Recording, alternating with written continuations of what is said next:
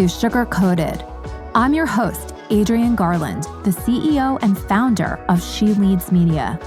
For far too long, women have been conditioned to sugarcoat their words, their actions, and the way they show up in the world, and to conform to certain cultural norms and ideals. This is inherently designed to keep those who are outside of the norm from gaining power, prestige, wealth, and influence, preventing more women from being recognized and respected as the powerful leaders that we truly are. Join me each week as we dive into raw conversations with remarkable, uncompromising, and inspirational women that will encourage you to strip away your sugarcoating and move boldly in the direction of your magnificent dreams. Hello, and welcome back to the Sugar Coated podcast. I'm so excited to welcome my guest today.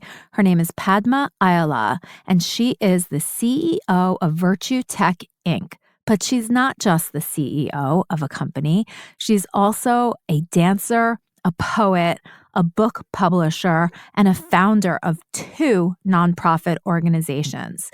So we have so much to talk about today. Let's get right into it. Welcome to Sugar Coated, Padma. Hi. Hello. Hello, everyone. Padma here. It is just so Hello, great Gina. to have you here on the podcast. And we were just talking before we sort of got started a little bit about your family history and the history of your last name and how it really speaks to this idea of having a lot of deep education and scholarly pursuit, which is sort of part of your history. And I think that is so interesting, especially when I look at all of the different things that it is that you're interested in, everything from, IT to artistry to also just helping people through your nonprofit organizations. So I would love for you to just tell the Sugar Coated audience all about sort of who you are and why you started some of these ventures. Great question, Adrina. Very, very deep and a great question. Again, I'm Padma Alaya. I moved to United States in the year of 1995. When I moved US, that time is a very interesting time because this was pre-Google days.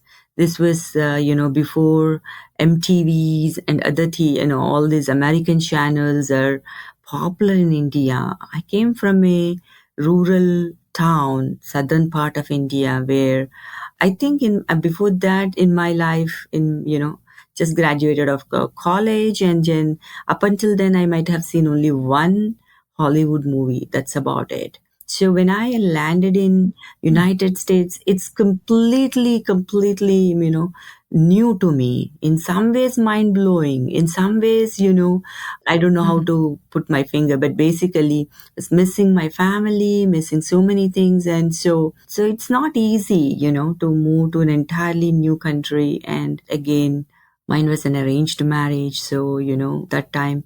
So I was like, everything was very new to me. From that point to where I am today, the journey is a very interesting journey. I have learned so many things because at first I have to lose many things. When I first came here, first thing I lost was self-confidence, because I didn't know. I know English because I studied, my medium of instruction was English, but that has nothing to do with, the word America, basically how Americans say yes versus how Indians say yes. There's so many differences, nuances, body language, you name it. So I have to learn everything. I have to understand how people think here. So it's not easy at all. But then I became mother in the first 1 year. So motherhood was entirely, I don't know how to take care of a baby. Baby is what to expect. That's a big change in my life. So many life-changing things. So that all that shaped me. To answer you, precisely, probably, I would think I was a mechanical engineer. When I came to US, I was a mechanical engineer. So, and the engineering piece was also there. That I had an engineer brain, but I also have an artist brain. So I have both.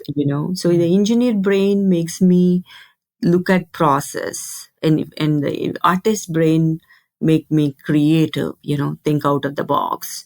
So I think whether starting VirtueTech, I would give more weight to my artist brain because of my creative and because of my independent nature, and my risk taking nature comes from the artist who don't think much, I guess. If you keep thinking something, you won't be able to do anything. You'll only think about, I'm like this person that go and first dive, and then probably I'll think I'll figure it out. So that is the reason probably I started this VirtueTech.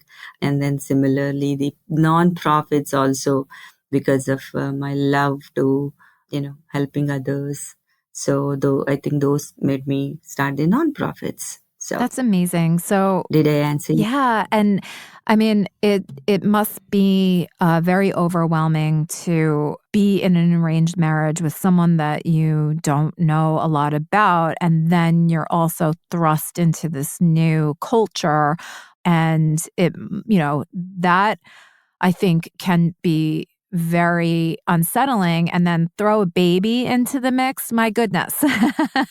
That is a lot for anyone to handle. So, after you came here to the United States, when did you sort of leave mechanical engineering and start your own business? When did that happen? Actually, though I studied mechanical engineering, in mechanical engineering, we used to have, computer, basically Fortran language, and, some AutoCAD. So I had experience, to kind of to the software side of the world. So then I got myself trained a little more, and then I started my career as a software engineer, more into programming side of the world. So Mm. and yeah, first 10 12 years I really spent time in as a full-time employee working for various companies like AT&T, Cox Communications, Microsoft. And only in the year of 2010, that's when I started VirtueTech. Interesting thing is, I was the reason why I started VirtueTech is I felt that in very big organizations, sometimes you're lost. You don't feel like you can contribute, because there you have some circle around you. You can only do bigger the organization. You only but somebody like me, I want to do many more, much more. And that's when I felt maybe if I have my own org, I can serve my customers better. And since I have that service mind, I think that's how VirtueTech started. And what specifically does VirtueTech, what type of services does VirtueTech provide? We are AWS partners in, we just yesterday we became advanced partners in their data and AI. Basically, we do lot of data migrations, cloud migrations, so, and then also, for example, data today is a new currency, or but at the same data is gold, but at the same time, you have to have good data, otherwise you can make the right decisions. So we help in people Right. cleaning that particular, massaging the data. It's called data engineering. So we do a lot of data engineering work. We do a lot of business analytics work, like the reports, that's where people can make decisions that comes out of that particular data. And then we also work on some AI and ML, basically, the next level to this. So machines can act more intelligent, I guess. So the artificial intelligence, AI and ML projects. So this is what as company we do. We go to our customers, we look into their problems, and we are their trusted advisors. And Mm. so that's what we do. Amazing. And so what have been some of the challenges from, starting your company in 2010, through the pandemic and to now? Sort of how has your business grown and evolved? First and the foremost thing, when I started VirtueTech, there were no mentors. Okay. Just like I said to Mm. you, the passion to do something good. the passion to solve problems, the passion to help others. And blindly I left, Microsoft and started VirtueTech. So initial years, it's a big saga, struggle to stand on your feet and to get that trust, confidence. One, again, here another lady called Amy Fernandez. She is the first person that who gave me a break. She saw me and my, I was working at an individual capacity at that, from VirtueTech, but, through VirtueTech, but as an independent consultant, I was working. So she gave me that break and she got me into giving them more services. And that's when I built a team for her and I worked. And then I became AWS partner. And, in the initial years, even I didn't understood the power of AWS. Again, there also, it took me time to understand, what are their various programs, how they are helping their partners so that they can go and serve their customers better. So after understanding all that, so I think, now we are able to master it and we are very, all our employees are certified. So the growth pandemic is very, surprisingly, pandemic didn't slow us down. Actually, it gave us new avenues. Basically, before pandemic, people were not so open for remote work. I used to, because of my creative brain, I used to, I am a very social, I'm a very, people lover. So for me, I used to get distracted when I used to go to work sometimes when especially you have to deliver the document, So I used to think like I want to sit down in a room where no one else is there, no distraction is there so I can completely concentrate. But people used to feel like if you're working from home, then you're goofing. But thanks to COVID, in a way, but many people suffered, but in a way that opened that openness in people that now people can work from anywhere, any part of the world. That made us, hire the best engineers from India. And again, we are helping many rural villages, students, and then, so we are able to help them too through VirtueTech. But so opening up they brought, some new stream of business that we were able to serve through India. And now we have location, India location, Canada and US. So that's Wow. that's what happened post COVID.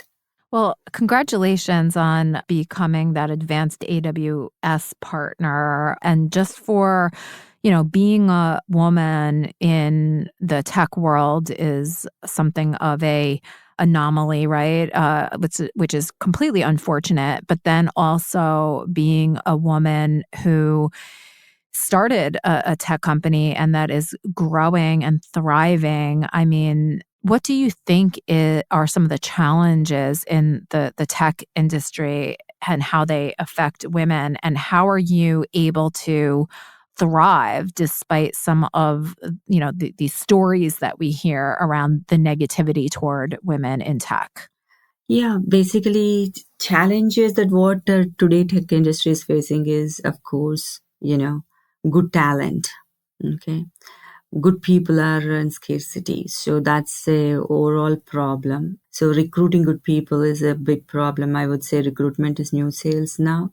That's a challenge. And then especially, like I said, post COVID today, people are, everything, inflation is another thing, because of that, whatever the advantage we had, working, people from, people used to take offshore models for cost savings, and that's no longer true because, even in India, salaries are going rocket high.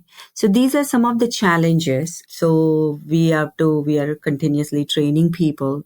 And when I'm doing that training, I sometimes go back to 95 Padma, the cultural differences. See, that's where probably my creative, because I'm a classical dancer, because I'm a poet, because I'm a storyteller, all these things help me in, I go back into their shoes and try to tell them that how they should communicate. Because many times technologies can be learned, but it is the attitude, It is the value system. These things are, timeless. So I try to instill these things for the very junior engineers. There are instances that I especially for women engineers, I coach them.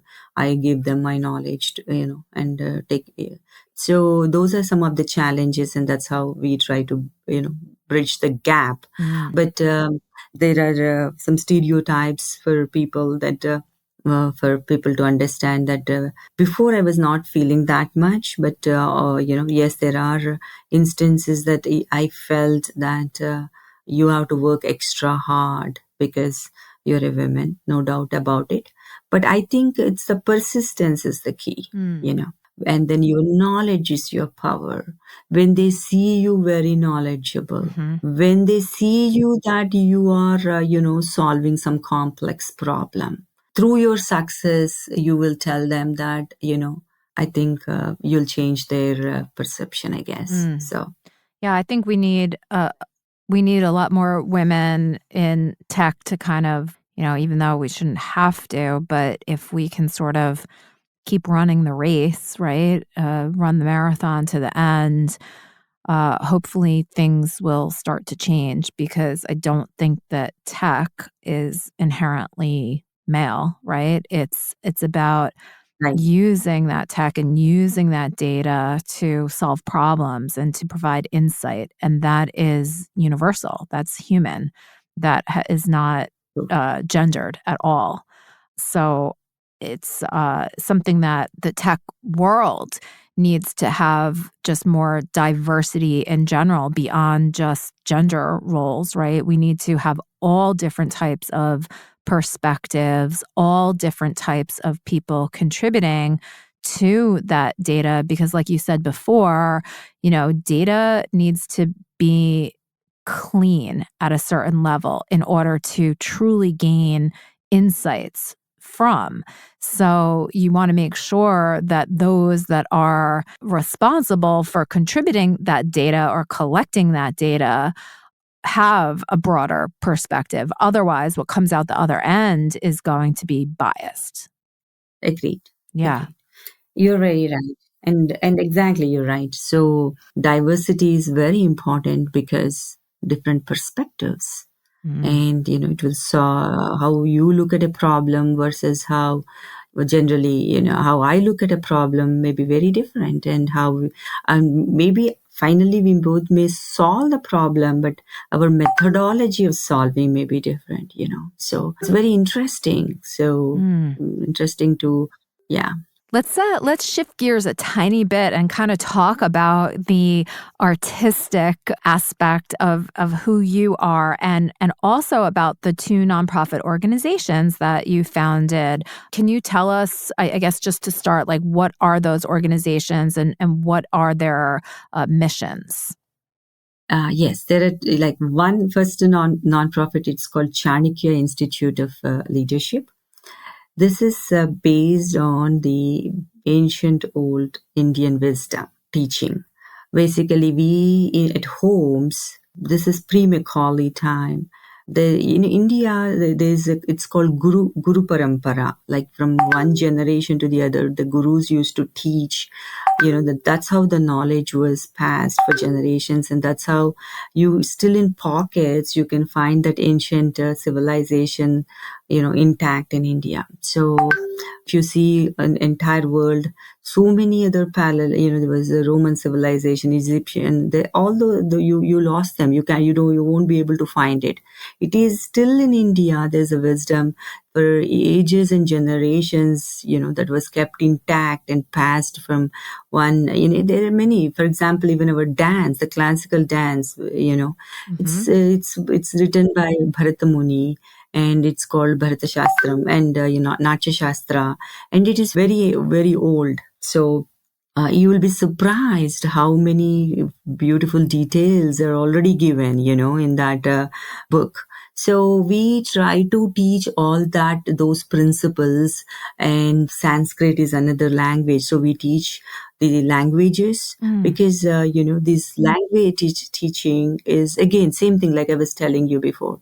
It's a different set of brain muscles. I keep telling many parents, these are for young children that we teach, and these are the future of, basically we are passing that knowledge again to the next generation, so that they will take it and they will pass it to the next generation. That's the idea here, and that's how our great grandfathers and parents have done that. So we are doing the same thing. So this is, we teach Telugu, we teach Sanskrit, we teach Telugu is my mother tongue, by the way, and Sanskrit, and then we teach dance, and we are classical Indian dance, and then we also have some music classes that go along with these things. So this is what we teach here for the kids.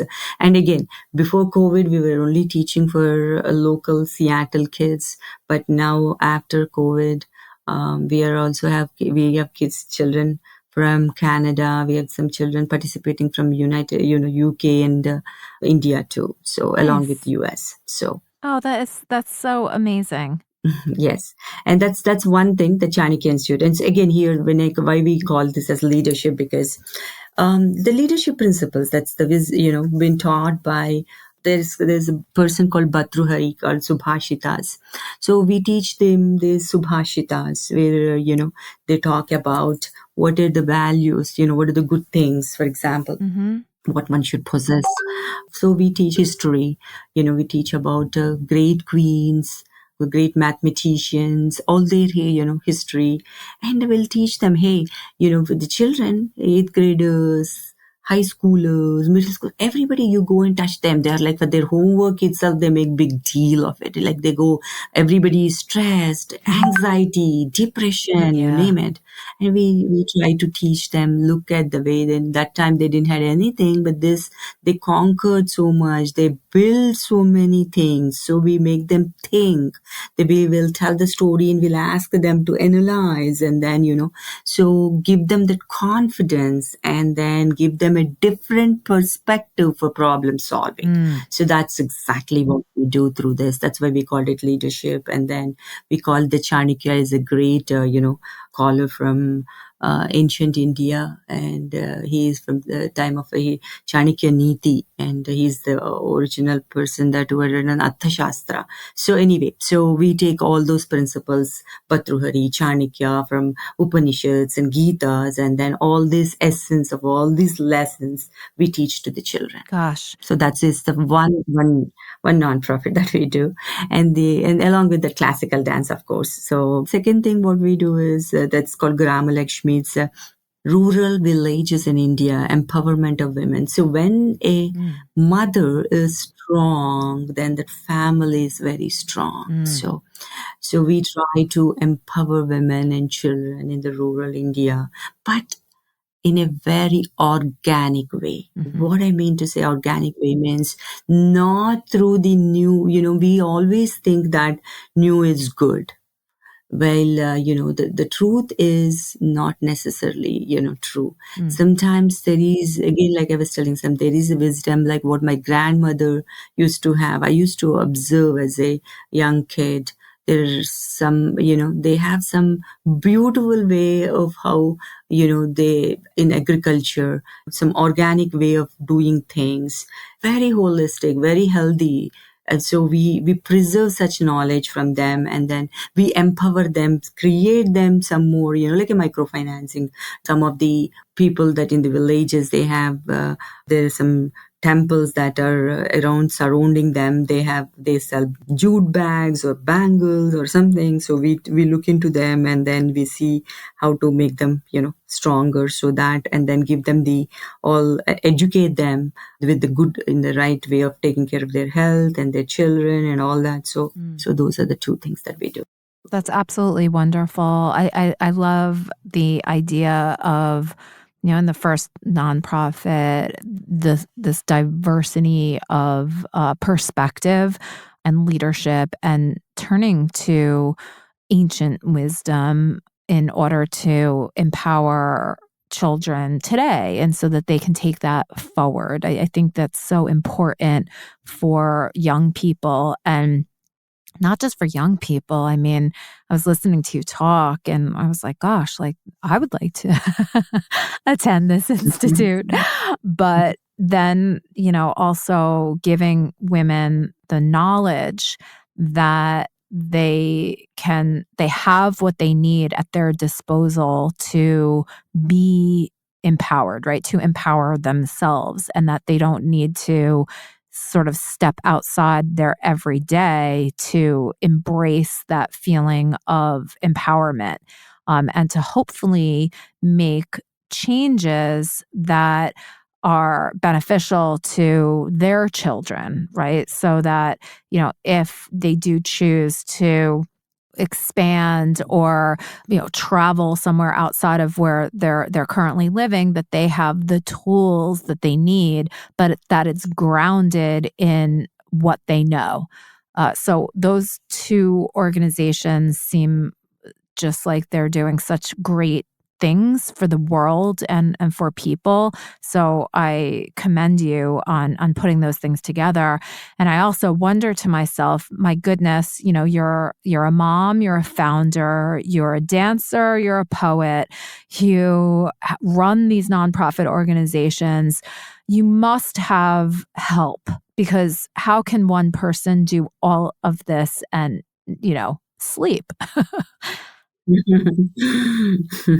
Thank you. No, you're right. You're right. I have definitely, first and the foremost thing, I tell this to all my students' parents. Fine arts are very important. They make you, grounded, big stress busters. You go and dance, listen to music. All day stress. So first and the foremost help that I get is from whatever that wisdom that I was talking and about my poets from 11th century talk to me, my poets from, because I can read Sanskrit or understand Sanskrit. So, people, the Kalidasa talk to me, many people talk to me. They are all my friends. They give me that immense, when problem comes, I go back and look in time, and I'm not I tell this to my sister and, many people that I know, that, human race is not born yesterday. There's so much that you can learn looking into the nature itself. So you should have that, thirst to learn. That's it. Thirst to understand, observe. And do you know, Adrina, what is the most beautiful thing? The best things in world are actually the priceless things are for free. Sunlight is free. The oxygen that you are, consuming is free. Yeah. The water we are drinking, of course, nowadays, man-made, all this pollution, and now we are buying water, but otherwise water is for free, So, but isn't that the most essential things for human life? Yeah. And though all those things are free, so we make our, in the non-profit, very minimal that we charge, but that kind of education we give, people wouldn't know. When I ask my children, I ask them, what do we learn here? At first they'll say that, for example, I'm teaching Telugu. They say, we are learning Telugu. I said, no, we learn to listen. And then we learn to, think. And then we learn to imagine. That's what I tell them, imagine. So 3 things that we teach here. So basically, again, sorry, I went somewhere. I love your it. precise That was question. good.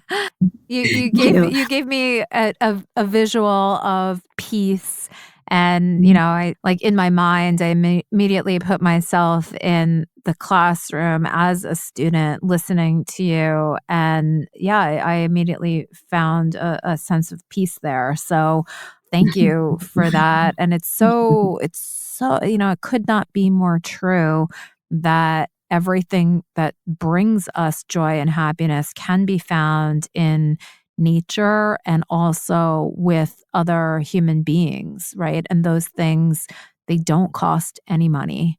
It's a really True. good reminder. Thanks. Although we do need money to make to live in so many places, we need to earn that income. And I love the idea of empowering women to sort of have that power, because as you mentioned, when women are sort of healthy and they're leading communities, we see such positive outcomes. True, true. Yes, Yeah. 100% agreed. So, with respect to health, right? That's what your question. So, first, my gurus, my teachers, though they are not with me, whatever, indirect help. But from direct perspective, both nonprofits, wonderful team I have. Those similar thinking people, young mothers, predominantly Chanakya, all women, except for one person or two people. That's it, mainly all mothers who came forward in teaching, children or taking some, background work, to run a nonprofit. There's so much, so all women led, you can call that. So that's the many beautiful, wonderful team. I don't want to name. If I name, the fear is I'll miss few names. So similarly, even with VirtueTech, I have wonderful team, especially all my engineers are so good. My other my marketing team, my sales, all again, even in it's a women leadership. Our MD in India, she is all senior position, many women that we have here. The point is, yes, help is there, no doubt about it. And when you want to do good will come back in the form of, in many forms. And sometimes it come in the human form. Yes. I love that. So one of the things that I was hoping that you might be able to share, and not to put you on the spot, but do you have any poem of yours that you've written that you'd like to share on the Sugar Coated podcast today? Sure. Yes, of course. We'd love to hear it. Again, this is written this is, I don't know how much people would, because this is in my mother tongue, but if that's okay, I will say that in my mother tongue itself. It's called, the language from southern part of India. It's called Telugu again. Yes. నాకొద్దు కాంతులీను వజ్ర వైఢూర్యాలు చీనాంబరాలు సింహాసనాలు కరతాళ ధ్వనులు పన్నీటి జలకాలు కర్పూర తాంబూలాలు వాటన్నిటి వెనక కాంక్ష తీరని కాంక్ష తృష్ణ అలజడి అందుకే వరించాను కాలంతో చెదరని అందాన్ని కాశ్మీర లోయల వైభవాన్ని త్రివేణి సంగమాన్ని నిలువెత్తుగా ఎగిసి విరిగిపడే సముద్రపు కెరటాలని పరంపరలుగా సాగే సంగీతాన్ని గానాన్ని లయనాట్యాన్ని ఇప్పుడు కాంక్షే తృష్ణే అలజడి కానీ ఆ జలతారు మోహంలో తడిసి నవయవ్వనినై మరో పరంపరనై సాగిపోతున్నాను. So the meaning is, what I'm saying is, all the materialistic things that I describe in the poem, like the diamonds, the rubies, the throne, all whatever I'm saying that I don't need any of that. So the most, materialistic, precious things, precious stones and precious, all that, I'm saying I don't need it, because it's the more you get it, you feel like you want it more. But instead of that, I have fallen in love with this nature, with the music, with dance. Even now I have the thirst, but the more I drink, the more youthful I become, like a fountain of youth. And then I keep pass it from generations to generations. That's what I'm saying. Oh, so beautiful. Of course, I don't understand the words, but the tone and the way that you relayed that, what I heard was a little anger, but maybe it was just, the rejection, like you said, of the material things. Maybe that's what I heard, but I heard a little bit of anger. I heard deep passion, and then I heard hope. Those were the three things that I thought of as I was listening to you. I would love for the audience to also kind of write in and let us know what you heard when you heard that poem.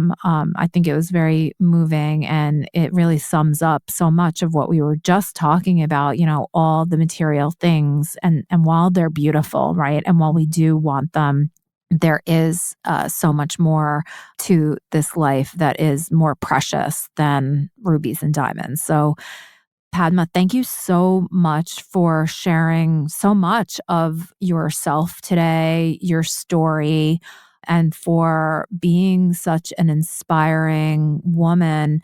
I think that one of the things that has really drawn me to you is the fact that you are successful, you are happy and content, and you are multi-passionate, and you have brought all of this into what you do every day. And for me, that's super inspiring. And for the audience that's listening, I hope that this message shows you that you can be everything that you are, including an entrepreneur, and that you don't just have to be a business person in order to have extreme joy in your life. So thank you so much. And people want to get in touch with you, just to support you and your nonprofit organizations and the work that you do, or even hire you and your team for some of the data work that they need. How can people get in touch with you? You can, both through my email or my phone number. I'm fine. And I can give you my email address, my first name dot last name at gmail.com, which is Padma, Padma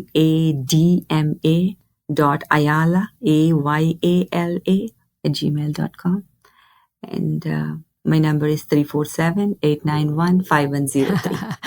Well, hopefully people won't be calling you and bothering you, but we will definitely include your contact information and the link to your website in our show notes. And just again, it's been an absolute pleasure speaking with you today, and I greatly appreciate you taking the time to share your story and who you are with the She Leads audience. Thank you so much. Yes.